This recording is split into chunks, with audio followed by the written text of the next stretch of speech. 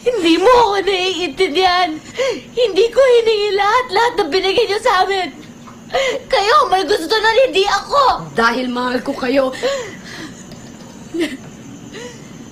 Mahal ko kayo. Sinasabi mong hindi kita naiintindihan? Bakit, Carla? Ako ba inintindi mo kahit minsan? Hindi.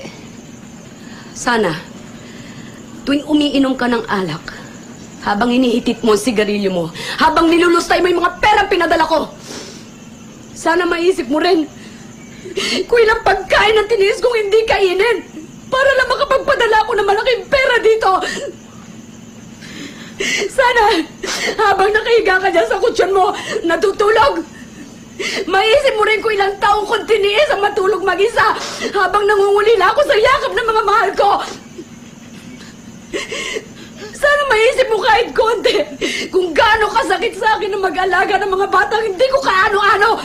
Samantalang kayo mga anak ko, hindi ko man lang kayo maalagaan.